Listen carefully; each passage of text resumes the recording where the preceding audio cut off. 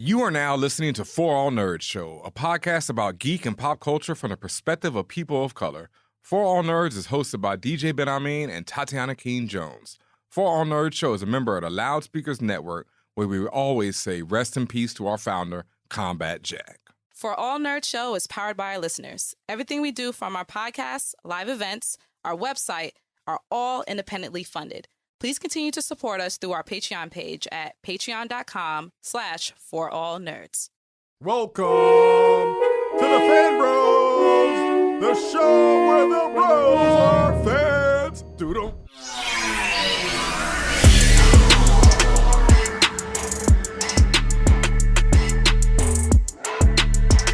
And what's up, y'all, and welcome to another episode of the For All Nerds Show. The voice of the Urban Geek, the podcast where we discuss geek and pop culture from the perspective of people of color.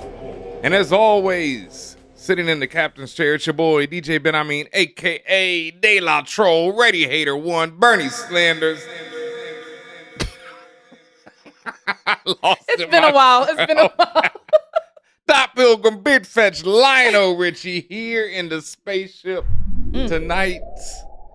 I really love Top Pilgrim. We might have to make that into a shirt somehow. And as always, I'm joined by Tatiana King, a.k.a. Sean Jean-Luc Picard, a.k.a. Flex Luthor, Gucci Man, DeLorean. Gotta cop that shirt, ForAllNerds.com. Doc Aki, T'Challa Bread, Mulatto Hightower, and the Little Mermaid. Nice. Lick a shot for the Little Mermaid. And judging by Tatiana's last AKA, we are here to talk about the Little Mermaid, alongside some other things, but this will definitely be our Little Mermaid spoiler-filled review, even though there's not much you can really spoil about a movie. Well, I mean, you could for me, because Under the sea. Spoiler alert. Myself, I've never seen the Little Mermaid, the original or the remake. I ain't never seen no Broadway play. I ain't never seen, I've seen, clips. Big gasp, clutching pearls. Ben, I mean, The Little Mermaid was the very first Disney movie I've ever seen in my entire life. And it holds a very, very special place in my heart. So this movie was important to me on many different levels, but also from the most basic. It was my favorite Disney movie because it was the first. It was the first time I got jumped by, Big Mickey, and ever since, been stuck in that Disney life. So I don't know what the first one I ever saw. I remember seeing Bambi's mom get murked as a kid. And being I saw Bambi way after the fact. So. And being like, that was pretty cold-blooded, but I don't remember seeing, I don't even remember seeing the whole movie then. I think I walked in and was like, oh, wow, and then it was like, all right, kept it moving. So that's Yep, this was my first one. So I don't remember.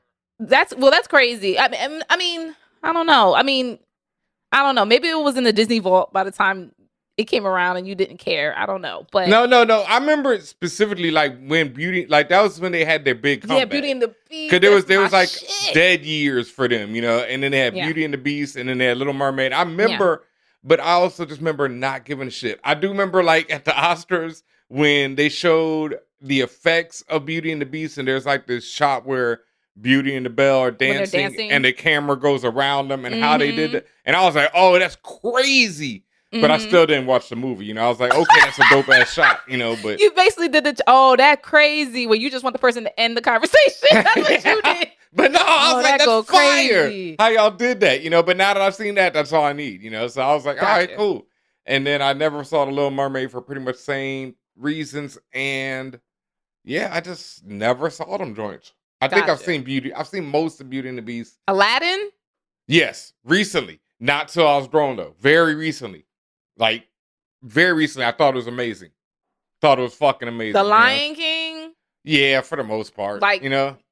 Yeah. So like I said, The Little Mermaid, 2023.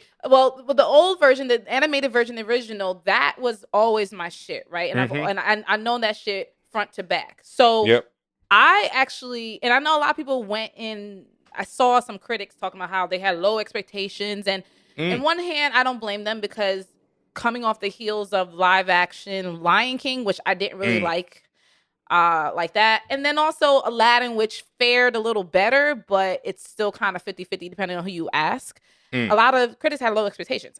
I had high expectations, namely because of one woman, young lady, young queen, Halle Bailey. Yes. Knowing what I know about her, I've been following her and her sister since, they were younger, when they would be on YouTube singing. Obviously, continue to be a fan of them when they were on like Grownish, and a lot of people don't remember for some reason, like Halle and Chloe, but they've been acting. This ain't new to them, right? So they've been in the game. They've been are developing the chops, if you will, right? So I was expecting high quality. I was expecting, and it's Halle Bailey, you can arguably one of the best voices of the generation right now. No, I if not disagree the with best voice of that generation. I mean, of this generation, is she because she considered Gen Z or millennial? She's like young 20s, so millennial, right? Well, which one? I never get. I don't know. Millennial's older, yeah. So Gen Z, she probably definitely Gen Z, Gen right? Z. But the point is, the point is, no, I disagree with nothing you just said right there. She's an incredible actress. I watched every season of Grownish. I think loved it. Up until they switched to Junior, I was good after that. Yeah, you're right. All right, because it jumped the shark after that. Come on, man. Come on, man. But that being said, I always thought that Halle and Chloe were a great part of that. They can act their asses off in it. Chloe was great in Swarm. They're moving on. And how I was anticipating this. So I was anticipating this, even having never seen the first one. And that's a big deal. And that's the tip I was on. Like, no matter what, like, it's Halle, right? Mm-hmm. And Little Mermaid is known for these songs. Most Disney movies are obviously known for the songs, but particularly this one because it has such a long, rich history. And there have been TV shows and animations and all this other sideshow shit. But the movie, the flagship, is what you aspire to be, right? Because iconic stuff. So I expected the most. Yeah. And it delivered. This is The Little Mermaid is the best Disney live action adaptation to date.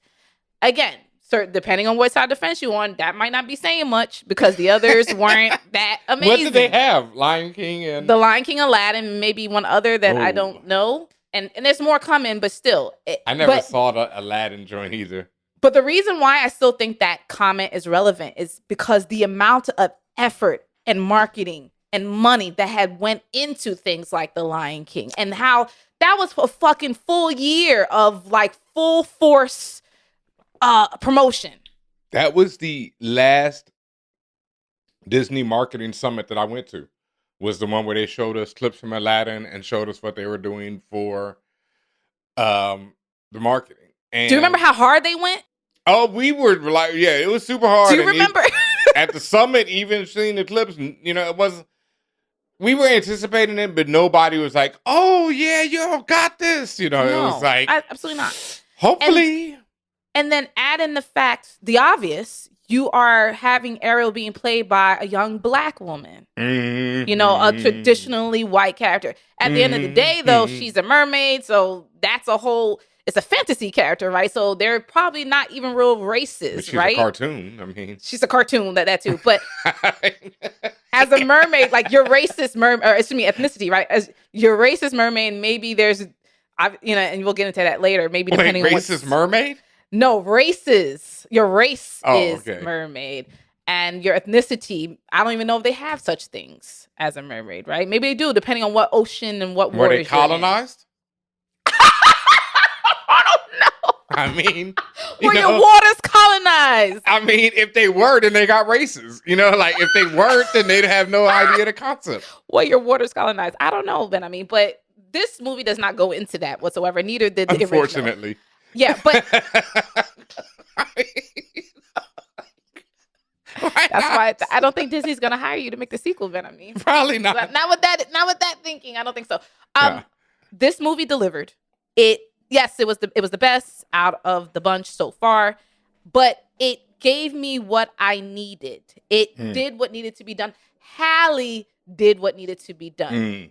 From her delivery, her encapsulation of the character of Ariel, that heart and soul that goes into Ariel. Ariel is a very headstrong, forthright, fun, life-loving character. And you said that even though you've never seen the original, you do know just from pop culture what the story is about, right? Yeah, and Ariel also made some questionable ass choices. She's 16, at least in the original. So her questionable choices make sense in the context of her age, right? True indeed. I don't think horrible decisions at 16. I don't think in the movie they mentioned how old Halle was, and that was Halle's Ariel was, and that was on purpose because, liability, you can't say nothing. But I think but when in those times when things like the original Little Mermaid came out, based off of these fairy tales where it was okay to say shit like you're getting married at 16. Yeah, because I'm not. Okay to say shit, you're running away from home at 16 and shit like that. If you're watching this on twitch.tv/ForAllNerds, you see my face right now scrunched up because at first I was like, okay, 16, and then the math. Then you think about it like, wait a minute. Shorty went and got legs, and I'm like, I don't know how far it went after that, And got married. Well, you don't see there's no sex or anything like that, but she got married. Did they consummate? Was there a night in the marriage? Adding a lot of adult themes, such as colonialism, colonization. Like, you're just going off the deep end. A lot of C words that Disney isn't thinking about. No. But I do think you need to remember, and everyone needs to remember, this is based off a kid's movie, and it's built to be a kid's movie, right? So, like I said, Halle did the thing. I'm talking more in the original. That's what I'm saying. Did they spend a night together in the original as married couple? No. Okay, not that you saw it later on. No, obviously you're not gonna see it. I mean, like, no, I'm sure. And like I said, there were sequels, and maybe she had baby mermaids. Who the fuck knows? But I mean, they stay married, right, at the end. Yeah, what you mean at the end? It's like Disney movie. You get married, the fucking movie, the fucking camera goes off to the sky, and that's the end of the story. But she goes back to being a mermaid. No, not in the original movie. Now, again, if there's sequels, what a failure! If there are sequels you where give up all that shit happens, for something. Listen, she's 16. If there's sequels where that does happen, then maybe. But no, in the original, I'm gonna give you the quick abridged version. This movie got a terrible because you're asking a lot of questions that you should be asking me. 16-year-old mermaid loves and is enamored with everything that's not of the sea. She's enamored with the human world. Wait, she don't even... Right, listen, keep going. She's enamored with the human world and everything that she learns about the human world, right? She's in the ocean, right? So there's shipwrecks and all sorts of shit. As she explores the ocean on her day-to-day, doing her best ash catching, collecting them all, she collects these fucking random human trinkets, right? Could be a cup, could be a fork, could be a flute, could be a statue. All sorts of shit she collects because that's her shit. She's a fucking hoarder, and she enjoys collecting things that are of the human world because it's new. Yep. It's something that's all she knows is the sea, right? The bottom of the fucking ocean. Mm-hmm. Wonderful, fantastic. That covers 90% of the world, right? 90% of the world, right? Yeah. Fast forward, she finds out about this nigga, Prince Eric. Guess he's like 18, 21, 25. Who the fuck knows? He's around that age. He's cute as fuck. She ain't really fucking with the merman like that. She wants human. She's all about the human world. She falls in love with him. She wishes and pines for his attention and love, right? She gets into an argument with her father that basically makes her run away from home. And in doing so, a sea witch seizes the opportunity to use that vitriol and that breakdown between that relationship between the daughter and the father to get revenge. And she says to Ariel, "Hey, nigga, I'll give you legs. I'll give you a chance to be with your man. But there's a catch, right?" Mm-hmm. Ariel gets her legs. She makes the blood pact, and it's blood. She makes a blood pact with the fucking sea witch. Gets legs. Her job is to get the prince to kiss her, the kiss of love, in 3 days. And fast forward to the part where she learns the grass isn't greener on the other side, and then goes back to her undersea life. She don't. That don't happen. Fast forward to the part where she learns something from this whole thing. No. She learns that that her father loves her. But she abandons him? Essentially. She's 16. At You don't think 16. about that. You don't think about, and I don't feel like I felt like that at 16, but you don't be thinking about that shit. You don't be thinking about long-term implications at 16. Like, I've already seen all the YouTube videos that, explain how Ariel made terrible choices and how terrible choices. I mean, back to back terrible choices. Has a very bad message at the, bottom of it. And I have to agree hearing your rundown, because that's a terrible message, like to give up 90% of the world that you rule over. It'd be like if at the end of Coming to America, she don't rule over it. She could potentially, I guess. She's daughter of King Triton, who rules over it. It'd be like if at the end of Coming to America, Eddie Murphy was like, "Nah, I'm good," and gave up everything for Shorty. It wouldn't happen in Eddie Murphy's movie, but why does it happen to Ariel? Because it's based off of a Western fairy tale that chooses values that are maybe not congruent with what makes sense. Because men hate women.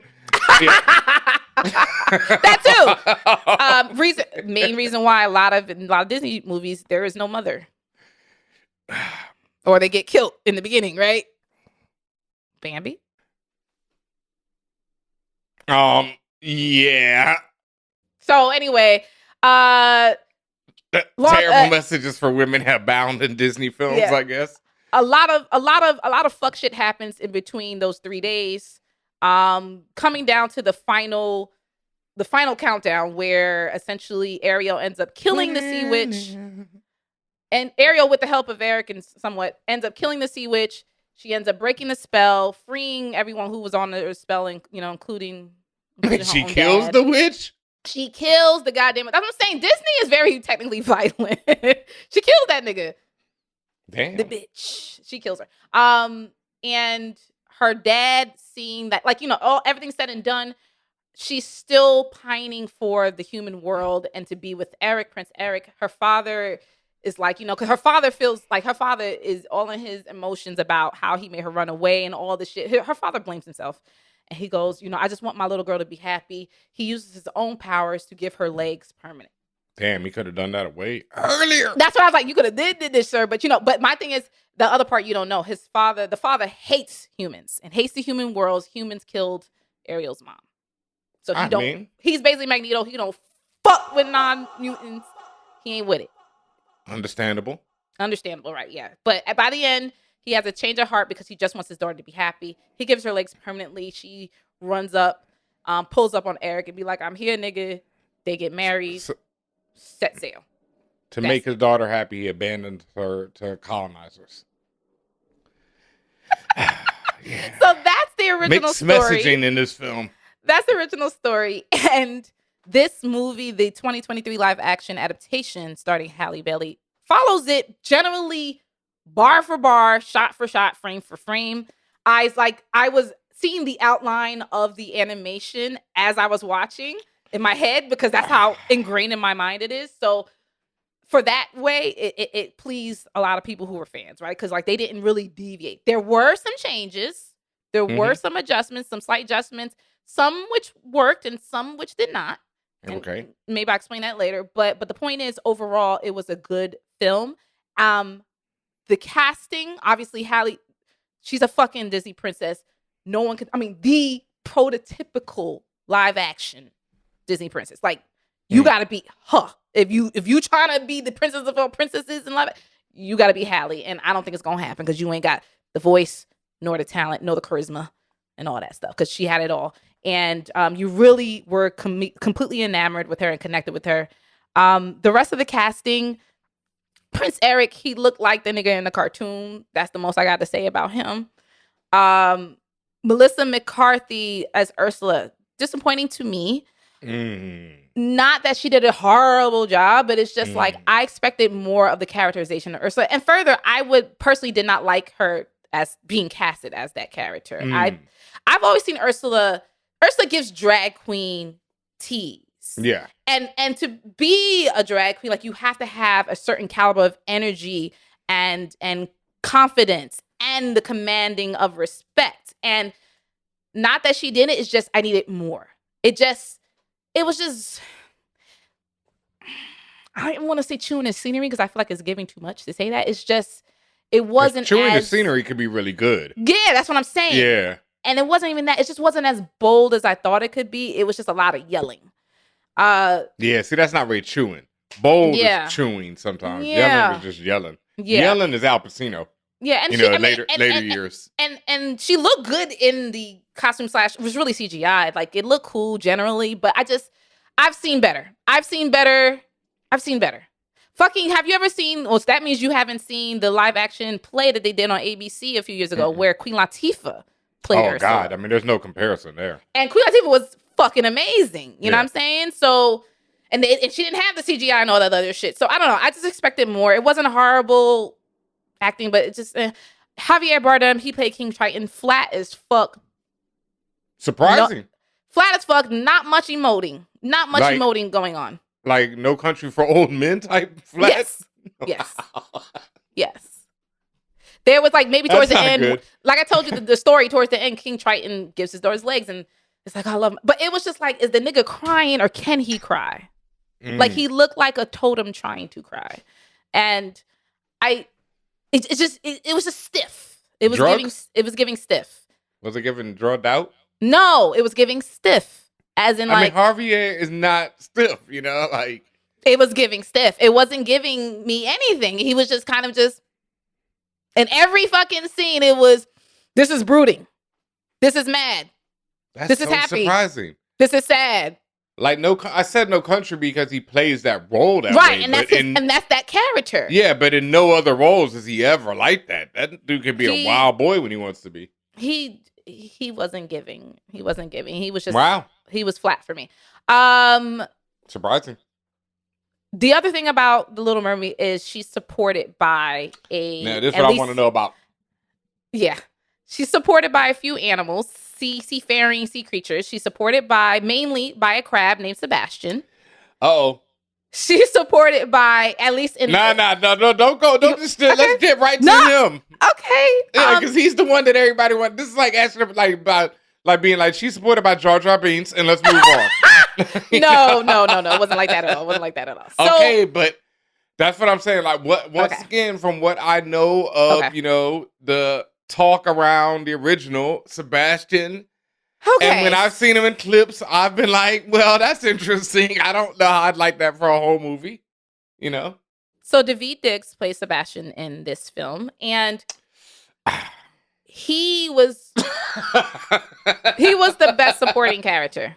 Wow. He was the best supporting character. And let me explain the context of which. He embodies Sebastian. And again, the original Sebastian you knew. I'm not saying whether it's good or bad. I'm just saying the original Sebastian you knew. Oh, God.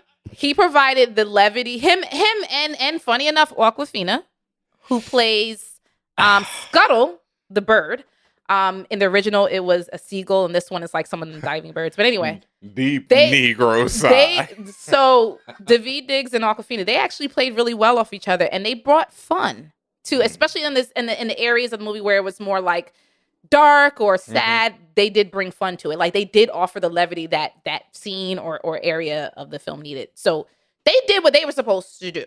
That's all right. The thing is, like Daveed Diggs on Blackish, I really enjoy. I think he's, good on there. Yeah, he's great on there. I like Awkwafina in some shit I've seen her in. I still have issues with Awkwafina.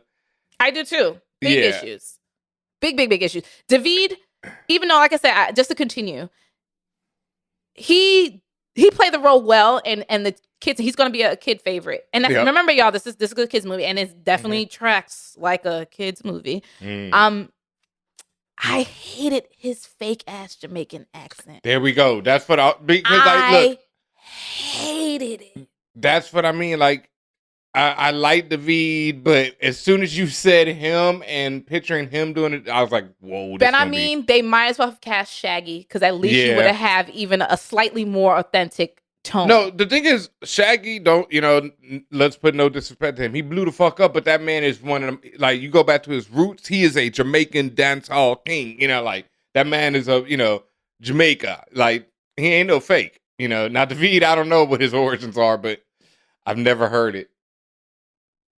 Daveed is black father, white mother. Americans. He's not. He doesn't have any Jamaican descent. That's a bad choice. That's a very. Oh no! Oh. It might as well have been, honestly. And actually, when I did the fan casting, Shaggy's great. Boys when I did the Americans, fan casting, maybe. when I did the fan casting years ago, I said it should have been Shaggy. Yeah, Shaggy would have been amazing. But you know why David got it, right? Friends with Lin. Oh, yeah. Because Lin was also part of the music. Oh, you're just hitting me with all original. You're hitting me with all the gut punches. Yeah, so glad I watched that Lakers game. Lin-Manuel Miranda. I'm sorry, I can't say his name. But lyrical, spiritual, miracle. I'm not saying that's the only reason. I'm just saying, like, they are longtime collaborators. So, like, I would think there could be some connection there. I don't know. But yeah, I hated like it. I already know she sells out to the colonizers then. And like I said, this movie follows bar for bar the same tone, cadence, and the same literal script as the original movie. So Sebastian is saying bar for bar the same things he said in the animated version, but as I mentioned, with that fake ass fucking Jamaican accent. And it bothered the fuck out of me. Them little kids is eating that up. And you know they gonna be doing that fake. That's what I'm saying. It's so disrespectful. Shaggy would have been so much better. Oh man, Shaggy would have been perfection. Yeah. And also, and again, as someone who has Ariel and original Little Mermaid deep in my heart, whenever I would hear David's version of Sebastian, I only heard the original. Like I would kept comparing it against the original voice actor, Sebastian E. Wright. Samuel E. Wright. Excuse me. Sebastian. Sorry, Mr. Wright. Samuel E. Wright. All I did was hear his voice, and then I kept making the comparison, like, this doesn't sound right. Like, I just kept saying, no, this isn't right, this is right. For little kids who've never seen Little Mermaid, which was going to be the majority who comes to see this, that's what they're going to have as the voice of Sebastian. Thing is, though, don't sleep. Like, because of Disney Plus and things of that nature, most kids have seen The Little Mermaid, like, already. And multiple times. A lot have, but a lot have not. Yeah. A lot have not. Especially like I was there with like 2-year-old or 3-year-old little girls. Oh yeah, but they ain't had time to yet. They ain't see that. And they've seen a lot of Disney stuff and know it. Like Frozen is this fucking shit to them. But they've never seen this. Trust is gonna blow up after this, but they gonna go home wanting to see this hoe again, and that's all their mom got. Yeah, so honestly, in that way, it was disappointing to me. Did he do a good job? Yes. Did I like how it sounded? Absolutely not. No.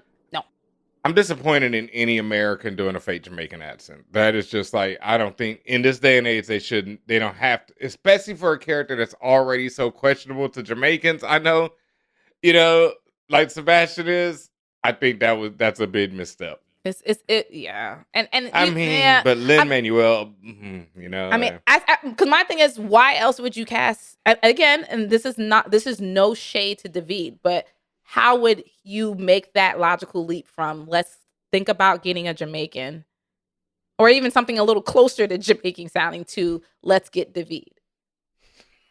It's a leap. Again, no shade. He's a talented actor. I like him. Yeah, I do too. In certain roles. I just didn't see it. But anyway. Yeah. He's one of the main supporting characters for Ariel. There's also the bird, as I mentioned. Mm-hmm. Played by Awkwafina. She did a good job. Yeah. I have my issues with her. And, I half the time I don't even like her. Yep. But she did a good job. And she was a great foil against David Sebastian. Yeah. Once again, I echo everything you said. I have my issues with her, but on screen, she usually does a good job. Yeah. The other actually big letdown was Flounder. Flounder is the fish. The little yellow fish. The old yellow fish. That's Ariel's bestie because that nigga is a fish and can't really go above water like the other two can, right? Ain't he mad soft? He's like he's like Armin in Attack on Titan before he became a Titan. Like soft as fuck. I don't know the Armin reference, but I believe it. Charmin is what we call him, but oh damn, he's soft as fuck. But he used to be anyway. But anyway, Flounder's soft. Flounder's soft, but he's like the cowardly lion type, where like toward the end he gets his he gets his gangster. But in the beginning he's that's what I thought. Yeah. disappointing because he might as well have been erased from the movie because he did nothing.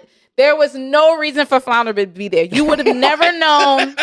You would have never known Flounder is there. There was a part in the movie where the nigga was flopping on the deck of a boat like a fucking magic carp. Wait, all right. I keep forgetting. And oh wait, I saw your gifts today. So these are like actual animated. They're not like it's a crab. That leads me to the next point of what I don't like about these live actions. How did that nigga not die when he's flopping? Hey, honestly, you want to know why? Because as I sat there, the question came out. I said, "Wait a minute, he's gonna die." David pushed that nigga in the water. He said, "Okay, you got to get out of here." He literally said, "Okay, we got to get you back in the water." Yeah, because you're worthless. Because you're worthless. You're a magic carp. But that, as I was leading on to, that gives me back to tasty though. The point of what bothers me about these Disney live action. I do not like photorealistic live action talking animals. No. That was one of the downfalls of The Lion King. You cannot emote as a photorealistic talking animals. Photorealistic talking animals don't have fucking eyebrows and make bugged out cartoonish faces because they don't have those facial features to do so. The reason why The Lion King, why you feel when Simba is in complete and utter just terror when the herd is coming down the mountain is because of how he's drawn, the fear in his eyes, the way the jaw drops and like everything, all the context clues, especially as humans, all the context clues that show you when someone's sad, mad, angry, whatever, you can do that with a cartoon because you can impose humanistic traits on a cartoon. You can't do that with a photorealistic animal because there are no frown lines. There are no this, there are no that. You can cheat it. Right, it's a crab. You can cheat it some ways, and they did. And the best, Sebastian was the only one where they really were able to cheat it like that because as a crab, he has these two fucking eyes up here. So sometimes they would get real big and real, like the pupils would get a little bigger. But horrific. It wasn't enough. It wasn't enough. So if Sebastian or Flounder or anybody was startled, they always look startled, like because they're fish and crabs and birds. This is just like when, once again, going back to that Disney Summit, at the same one, they showed us footage from The Lion King. And I've still never seen the live action Lion King. But I remember nothing. Everyone in the room, once again, was like, This ain't it, dog. They said, this ain't it, dog. Like, because you can't, and again, that's where the voice acting comes in because it's like, you have to then lean so fucking heavy on the delivery of the line in order to deliver the emotion. When like it's a lion or a crab talking and they saying some sad shit and they just got the plain face. The plain face. The One Punch Man face. Like, it actually, again, it wasn't. No, I know they add, they tried. And like lions and shit actually can look. They didn't. For real, because lions should look sad. Like I don't know, bro.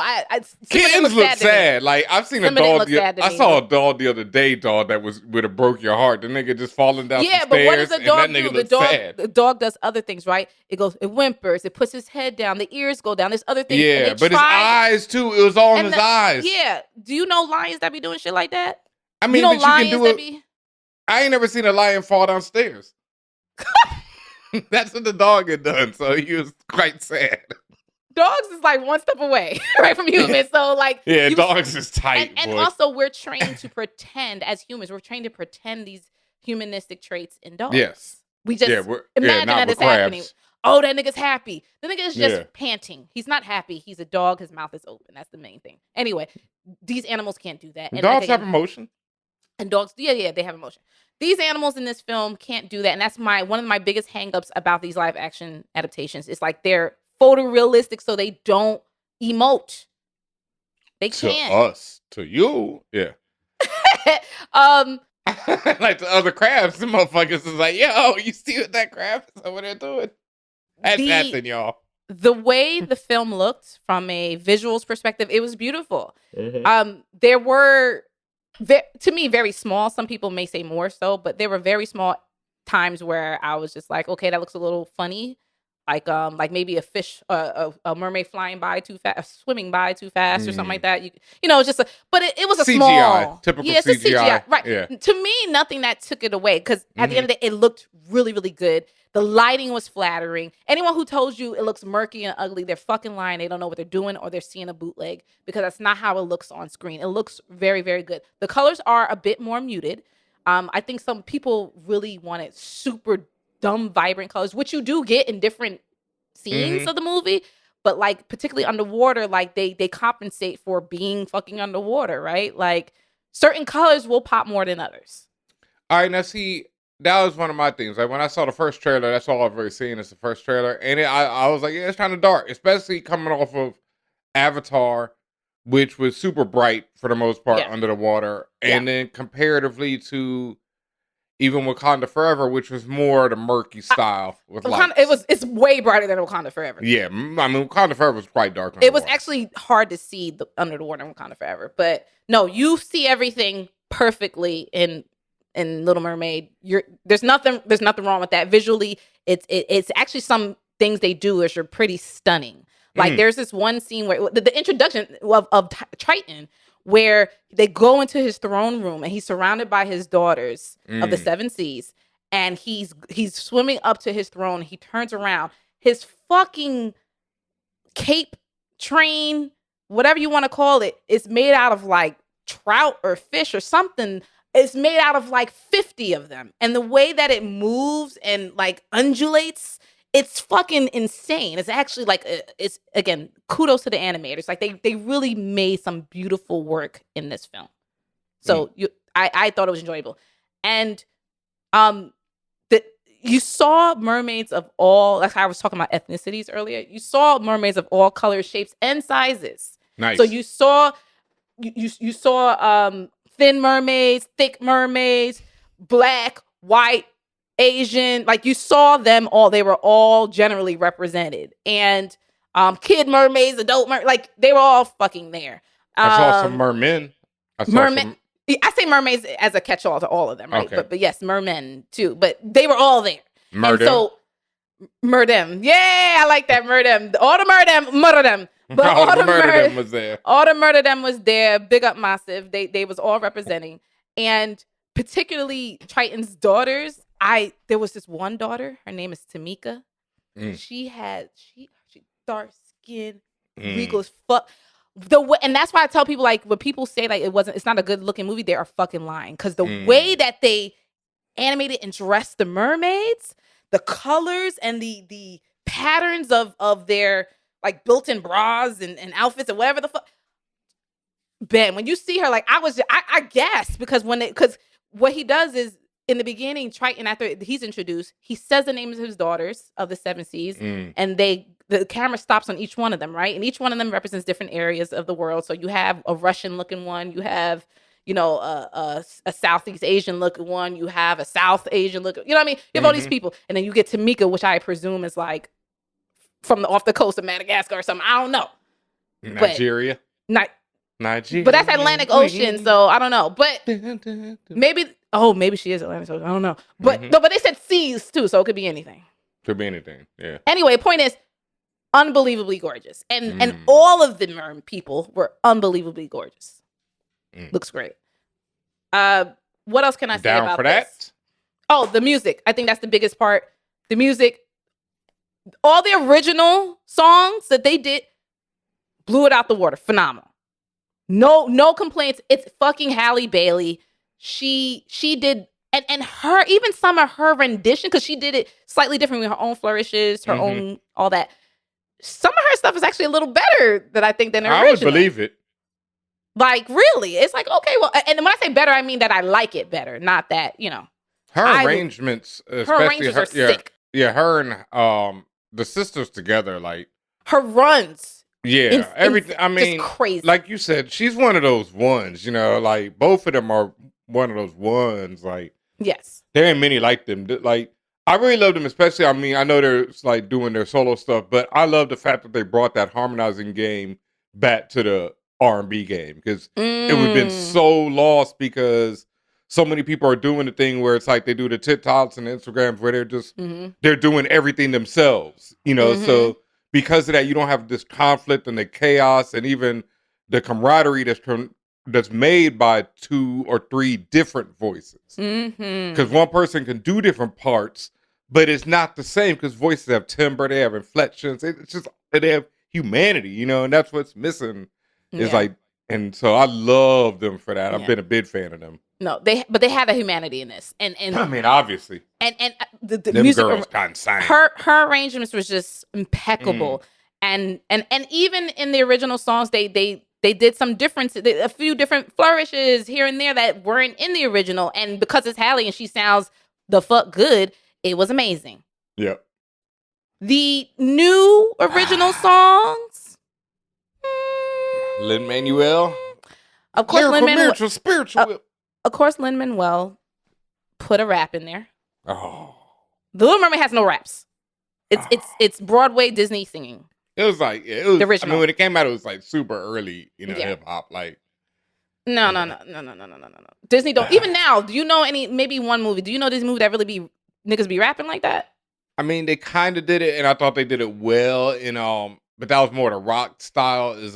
In Moana. Yeah. Yeah, but that's like that sing song. But that's sing song. Yeah, rapping. sing song. Cause that like Crab in the Sea, he had some bars. That nigga was spitting, boy, in that joint. Crabs in the Sea. Yeah, no, the one when they go in the water under the sea. Not in that. I'm talking about in Moana. That big giant crab. That man. That bars. nigga. Yeah, he be going in. He be going in, but he's singing. Yeah. Shiny. That's Shiny. You're thinking of Shiny. Yeah. Yeah. He was stunting on them hoes. Yeah. No, that music is phenomenal. Yeah. The original stuff, and like it was a bit hit and miss for me. There was one song where I was like, they should have cut the fuck out of this. Would have saved 5 minutes out of the movie if it was even that long. Prince Eric has an original song. Clip that shit. It's a chop for me. I hated it. Hated it. I'll be honest. I've never been a fan of Lin-Manuel's like musical stylings. I've just always felt that he is one, like he was that dude who did the lyrical miracle spiritual whips in the ciphers, and I've just never felt him. And I definitely know, from what I know, I won't say definitely, but from what I know, his politics have always been weird to me. He's always been weird to me. Like I thought Hamilton was a hot mess. I think the idea of using hip hop to represent slave owners is wild, and yeah, I just never understood it. Like I never grokked it, never got with it. I think wasn't he involved in some of the music for Moana too? I mean, he's been involved in a lot of different Disney productions. He has been. I don't know. I don't know what he did next. That's actually good music. Smells Like an Op, but that's that's always been me. Yeah. Prince Eric is a chop. It was a chop, like most of the time. Yeah. I said that rap. That rap belongs to Awkwafina. There was definitely that's the other part I meant. It's don't get even worse. The rap is specifically Scuttle. It's a new song. It's Scuttle's song, and the name of the song is Scuttlebutt. Just take these to the stomach, dude. Yeah, like you already got the. It's literally everything you hate in one place. I mean, straight up, like you got lyrical miracle, all that shit. Oh, I know she does some lyrical and miracle. Rapping. Yeah, like I mean. Just the idea of Awkwafina rapping with her fake hip hop, fake blackness. Oh. Yeah. And the lyrics weren't like horrible or nothing, but it's just like, again, the kids will probably love it. You and I and other people who may know the history of this lady may feel differently. Yeah. There was another original song that Ariel sang, Halle sang, that was good. Mm-hmm. Again, anything Halle touched was gold. Yep. Platinum, diamonds, jewels, rubies, everything. Anything she did. Quite literally, her standing there and smiling or looking into the camera was like, Oscar. Like, you wanted to be and protect Ariel at all costs. And that's how I felt every time she was on screen. Like, truly in awe of her. And as mentioned, just everyone else to varying degrees supported that vision. So we talked about the way it looked, the visuals. We talked about the music, the casting. And just overall, I would say that it's worth watching if you are interested and curious of what it looks like. It's still, the niggles aside, it's a good movie. Mm-hmm. It's a good movie. It doesn't deviate too far from the original. And it gives you The main thing is the main thing, which is Ariel, and you get that. So I mean, spoilers, but does it end the same way? Yes. Wow. Slightly different way of how they get to that end, but yes. Yeah, but so basically she abandons the sea for some dude. I couldn't tell you. And the way they did it, it was a little ambiguous. I wouldn't say abandoned. Because for all you know, she still visits her peoples. Like at the end, and they did the same view at the end when she's riding off to the sunset with some Prince Eric. Dude. Yeah. Really, at this point, some dude. When she's riding off in the sunset with Prince Eric, like the mer people, remember, the mer people and the people of the land were not fucking with each other and all this other stuff. Now they've realized harmony and unity, and maybe they can live together as one. The mer people, like the people on land are waving, then the mer people come up from the water. Usually they hide from the humans. They come up from the water and integrate fully with the people on the land, and they're all waving and loving on them and all that other stuff. Yeah, now it smells like ops to me again. Murder them humans, mer people. Stay away from them. And I mean, but Ben, I think you would be pleased to know that there is commentary in the original and in this one about humans eating fish. There is commentary on that. Like, how could you be friends with a human when all they want to do is fry us? That's actually part of Sebastian. Sebastian sings a lot about that. I'm pescatarian. Y'all are tasty. You're tasty. So they sing a lot about that. They just think they do talk about that type of hardship. Like why? And Triton calls humans. He calls them all sorts of names, to be honest. Like he really goes in on them. He calls them barbarians and some other shit. And you know, generally doesn't change. He lets his daughter go. At the very end, he not just lets, he enables and facilitates her to go off into the sunset. Bit of a failure there, Dad. She said, "Thank you, Father. I love you" at the end, because I don't think she ever said "I love you" to him. And common Triton L. What other? You're an idiot. You're an idiot. Oh, they did one thing I did want to say. They did an amazing job on the animation of Ariel. For me, the other reason being it being Halle and her being black, she has locks. Mm-hmm. They did this mixture, like kind of like how my hair's now. It was locks, but also like loose hair, like kind of goddess situation, goddess locks, huh? And they were like beautifully animated, flowing all the time. But like she's a black girl. There was no ambiguity about that. She's a black girl, and you saw the locks, and they was flowing. They was looking cute. Then even when she was above ground, they gave her some slightly new look, but it was all locks. Nice. Yeah, so I was happy about that. I was happy. At the end of the day, I was fucking happy. What questions? Any other questions you have, Ben? I mean, no, like overall, I think I'm happy to see, like you said, this black woman enabling other little black girls to see themselves in a magical fantasy role. And also for, her to come out shining because of all the hate that she went through. Mm-hmm. So I'm happy to see that it wasn't like, oh, damn, it wasn't one of them things where we got to be like, nah, it's Halle, we going to defend it no matter what, And the screening I went to, a majority, I mean, even though people had seen it as early as last week, a majority of the press saw it last night, actually. Mm-hmm. And so it was tens across the board for the most part. Like everyone had not everyone, some people had similar, things they liked and did not and disliked, but overall, very, very positive. So I'm thinking this has to at least get in the 80s when it comes to Rotten Tomatoes. If not a little bit higher, but at least mid 80s, I would hope. This is worth. It was worth supporting even if it was trash because it's Halle, but it's not. Like I want to support her endeavors, so I would still do it anyway. But no, it's actually a good movie. Okay. And it's family friendly. It got all the typical shit that happens sometimes in these family quote movies where some scary stuff might happen that might not be suitable for super young kids. There was one little girl who she was so tired she fell the fuck asleep. So, and other little girls who was like in it like this and whatever, you know what I mean? And again, and there were some weird scenes and things happening that I just like inadvertently laughed at that I knew you weren't supposed to laugh at because it just didn't look right. It was just strange, but it didn't take away from the overall win that this movie is. So I really do hope everyone sees it. I do hope people, I mean, the hate that Halle received was absolutely ridiculous, but you knew that shit was going to happen. Racism and all that other shit. But it's completely unfounded. It's completely unfounded. This requires, and this should receive praise. All right. Yeah. I'm I'll probably catch it on Disney Plus, but I'm hyped That's for fine. it. Yeah, That's I'm hyped fine. for when I do. Yeah. Maybe I'll watch the original. It looks really good on big screen. So if you can see it, I think it also has an IMAX version. So if you can see it in IMAX, see it in IMAX because you'll just get that much more vision of like the ocean. The best scenes were when they were in the water, to be quite honest with you. Yeah, I'm sure. And then all the other accoutrement going on was fine. But yeah. I can't think of I think I pretty much got everything. I can't think of anything else or any other.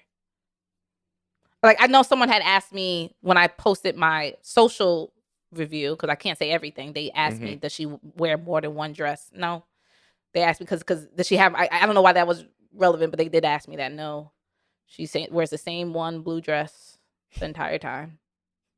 The dress becomes a character. Yeah, they wanted to see her stunting. That's why. Yeah, but no, you don't really. I mean, she gets a new dress at the end, but it's like you're not really paying attention to no goddamn dress. It's live action. They don't even spend no time on the fucking clothes like that. Like, it just fits the whole. And I did think of slavery, but it fits that whole colonial. Wait, what? Time. I thought of slavery because of where it's technically located, right? Like, I think it's supposed to be like Dominican Republic type area because it's in the Caribbean at number one. Wow. And Prince So she Eric goes off with a colonizer. A straight up and down colonizer. Well, also here's the thing: the way Disney does it, because they're flipping everybody. So Prince Eric's parent, his mom, is the queen, and she's black, and she's, if I'm not mistaken, she's Frigga from The Watcher, not The Watcher, The Witcher. Do you remember? Barely. Anyway, though, wait, the queen of what? England? They don't say. They just say the queen. The queen. Yeah. But it's clearly like, it's like when back in the days when they were calling that fucking space Hispaniola. Like, it's like those types of. Whoa. Yeah. It's like that time frame. Hey, alrighty. Yeah. So that's why I said, like, the first thing I thought of was like, okay, well, there's some slaves here potentially, but it's also a Disney movie. Excuse me, not slaves, but enslaved people. But it's also a Disney movie, so they're clearly not going to put that in there. It's literally multicultural cast and supporting cast and background people living the life on a fucking random pretend island with a random pretend black queen with her white ass son, where we also know that he's not, I guess, biologically your son. They say that? They make a point of that? They make a hint about it. I'm like, why did y'all even say anything? Who gives a fuck? Like, do it like how y'all did Cinderella, where the son was like Asian and Whoopi Goldberg was his mom, and no one cared and no one asked questions. Just do it that way. Ouch! Wow. But he says, "Oh, what did Eric say?" He goes, "Yeah, when my mom found me." He goes, "My mom found me. I wasn't born into this." And then, wow, it's so funny. He starts about to say his history, and his fucking Farnsworth Bentley nigga rolls up and go, "Hey, you saying too much." Like, he stops him before he could finish telling his story. So I'm like, oh, he was basically adopted. Unnecessary, y'all. It's unnecessary. But anyway, that's everything. But, we got to keep this race thing in order. You know what I mean? The colonization's going to work. We got to make sure y'all know that we're different over here. Yeah, that's everything. Good movie overall. Watch it. Bring your kids. Bring them all. Have a blast. Support Halle. I'm happy. I get to support Halle and everything, but I'm just still concerned about the messaging for young women. I feel like that's crazy. What is your deal about the messaging about running from home and turning your back on your people and shit like that? Yeah, I mean, everything you just said, and the grass is greener on the other side of the fence. I could go on and on. Like the fact that you rule 90% of the world and you're gonna give it up for 10%. No messaging about colonizers and, like staying with the native people. Get off the colonizer stuff. That would never be a message in a Disney movie. What are you talking about? They had these white men are dangerous. Like, they don't play around at the same time. Have you ever seen it since? Because it was Pocahontas. Have you ever seen it since? No. So that's your answer. Panther. You'll never see it again. That's technically a Marvel movie. That's Marvel. Even though it's owned by Disney, it's still Marvel. I'm saying a full Disney movie. Do they ever talk about that shit? No. No, okay, but they do talk about like empowerment and stuff, and they do talk about empowerment, and they try to play this off because that's what the original was. They try to play this off as empowerment. They were like, she's a headstrong young woman. Like, why are you holding me down? And Prince Eric echoes the same thing. Stop trying to keep me in this castle. I want to live my life. Yada yada mean and all this stuff. Yeah, whatever. Yeah.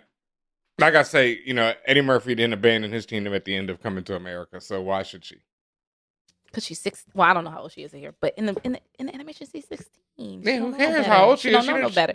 No, you have to care how old she is because that informs the reasoning or non-reasons for why she makes it. I mean, like, dude is supposed to be like 21, I think, right? In something like that. Coming to America, right? Because he's turning 21. Oh, so Coming to America? Yeah, I guess. Yeah. So 16 is very different from 21, Ben. I mean, yes, they're still very young, but that's also a very different mindset. Eddie Murphy would never abandon his kingdom because he's the man. That's all Eddie Murphy did not sail to Hispaniola to marry No, he went to Queens to find his queen. There you go. Yeah. Already made the good decision in that beginning part. True indeed. Yeah. I did the same. All right. So I think that's about it. That's it. If you guys love what you hear, I know you did because you're still here, make sure you're doing a few things. Please support us. Go to ForAllNerds.com so you can get cool shit like this merch I'm wearing, the Gucci Mandalorian top. This is probably the most fire thing I've ever seen. Ben Hami is also wearing a amazingly fire T'Challa and Friends shirt featuring the amazing Black heroes of comics and culture. We also have tons of new designs that are already up there and also on the way. So that's one of the main places that you can support us. Like, truly, it's because it's our site. That's our designs. We're not going through a middleman. That's us. So thank you for doing that. Go to patreon.com as well. Patreon.com/ForAllNerds, where you get exclusives, whether it's first dib invites to screenings, or you get some free stuff that we're not giving away to anybody else. You get that first. Also, there's certain episodes that only go up on Patreon, and you have to be a patron to get it.